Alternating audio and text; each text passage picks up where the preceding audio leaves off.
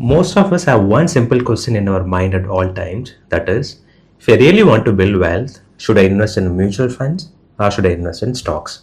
In this video, let's see when to invest in stock, when to invest in mutual funds, and what is the right strategy for you. The history says that if you want to build a real wealth, you need to concentrate. But if you want to protect wealth, you need to diversify.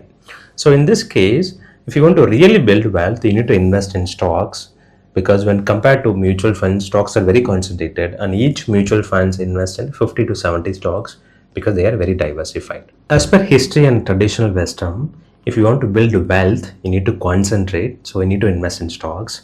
But if you want to protect wealth, you need to diversify, so invest in a mutual fund. So if you look at the richest people in the world, all of them have more than 90% of their net worth in single stock, which means they would have either started the business they would have invested in a business in a major way.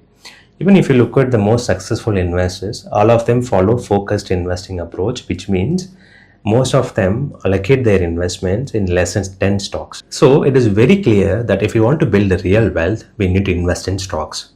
But so what does the research says? More than 95% of the individuals who invest directly in stocks make less than the market returns. Why does this happen? What are the ability or skills that is needed to invest in stocks? To be a successful stock investor, you need three skills. First one is, so in this skill, we need to be able to understand the prospects of the company, the industry that it is in, and at what price to buy the stock. The second skill that we need to have is patience. So it is not enough to identify the good stock. It is mandatory to buy that stock in a good price, which is far lower than the intrinsic value. Unless we wait for that opportunity, we will not make money even if we invest in a very good business. Third thing is emotional control.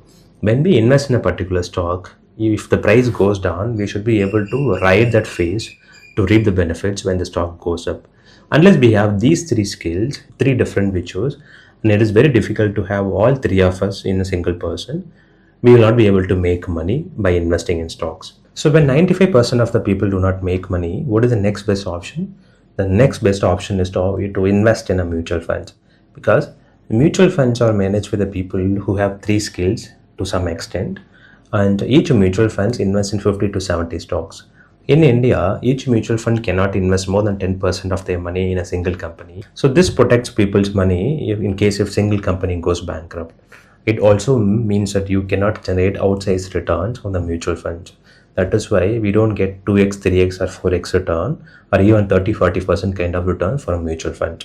But it is far better than directly invest in a stocks, because we would generate 3 to 4% more return. So the insight is, if you do not have the time or the ability or the emotional control to manage your own stock portfolio, it is always better to invest in a mutual fund, because even at 12 or 13% return, you can generate a huge wealth if you remain invested for a long period of time.